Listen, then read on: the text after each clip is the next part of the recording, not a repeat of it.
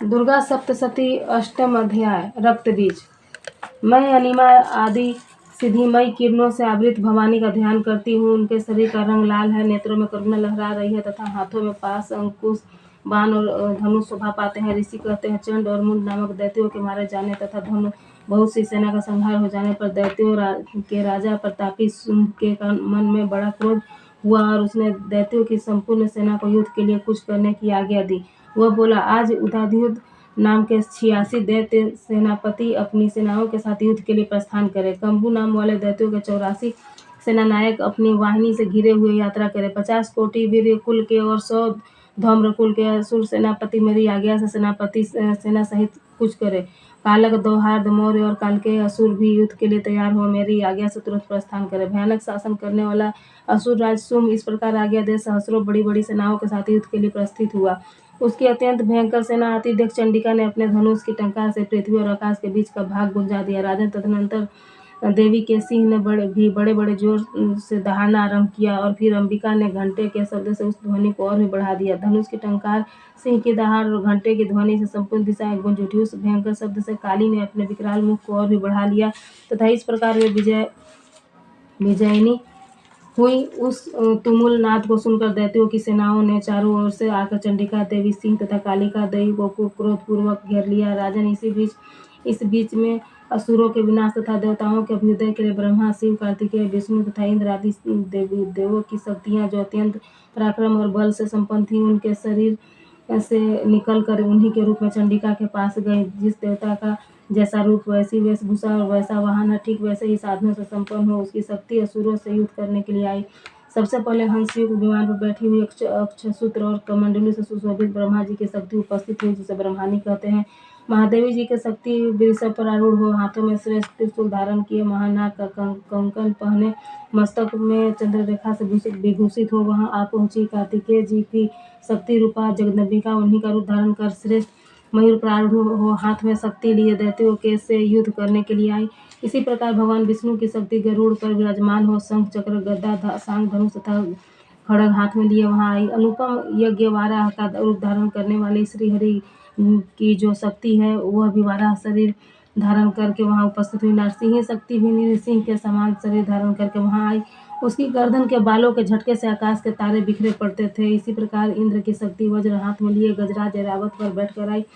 उसके भी सहस्र नेत्र थे। इंद्र का जैसा रूप है वैसा ही उसका भी था। तदनंतर उन देव शक्तियों से घिरे हुए महादेवी जी ने चंडिका से कहा, मेरी प्रसन्नता के लिए तुम शीघ्र इन असुरों का संहार करो। तब देवी के शरीर से अत्यंत भयानक और परम उग्र चंडिका शक्ति प्रकट हुई, जो सैकड़ों गिद्धड़ों की भांति आवाज निकालने वाली थी। उस अपराजिता देवी ने धूमिल जटा वाले महादेव जी से कहा, भगवान, आप शुंभ निशुंभ के पास दूत बनकर जाइए और उन अत्यंत गर्वीले दानव शुंभ और निशुंभ दोनों से कहिए, साथ ही उनके अतिरिक्त जो भी दानव युद्ध के लिए वहां उपस्थित हो, उनको भी यह संदेश दीजिए, दैत्यों, तुम यदि जीवित रहना चाहते हो तो पाताल को लौट जाओ। इंद्र को त्रिलोकी का राज्य मिल जाए और देवता यज्ञ का उपयोग करे। यदि बल के घमंड में आकर तुम युद्ध की अभिलाषा रखते हो तो जाओ, मेरी सिवाय तुम्हारे कच्चे मांस से तृप्त हो। चूंकि उस देवी ने भगवान शिव को दूत के कार्य में नियुक्त किया था, इसलिए वह शिवदूती के नाम से संसार में विख्यात हुई। वे महादैत्य भी भगवान शिव के मुंह से देवी के वचन सुनकर क्रोध में भर गए और जहाँ कात्यायनी विराजमान थी उस ओर बढ़े।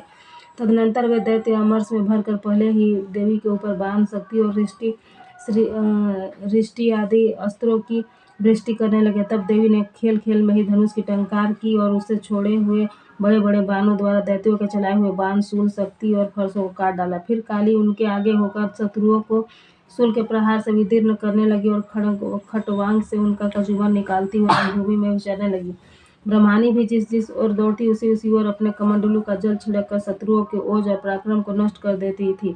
महेश्वरी ने त्रिशूल से तथा वैष्णवी ने चक्र से और अत्यंत क्रोध में भरी हुई कुमार कार्तिकेय की शक्ति से दैत्यों का संहार आरंभ किया। इंद्र शक्ति के वज्र प्रहार से विदीर्ण हो सैकड़ों दैत्य दानव रक्त की धारा बहाते हुए पृथ्वी पर सो गए। वराही शक्ति ने कितनों को अपनी थुथुन की मार से नष्ट किया, दाढ़ों के अग्रभाग से कितनों को छाती भेद डाली तथा कितने ही दैत्य उसके चक्र की चोट से विदीर्ण होकर गिर पड़े। नरसिंह भी दूसरे महादैत्यों को अपने नखों से विदीर्ण करके खातियों, सिंहनाद से दिशाओं एवं आकाश को गुंजाती हुई युद्ध क्षेत्र में चलने लगी। कितने ही असुर शिवदूती के प्रचंड अट्टहास से अत्यंत भयभीत हो पृथ्वी पर गिर पड़े और गिरने पर उन्हें शिवदूती ने उस समय अपना ग्रास बना लिया।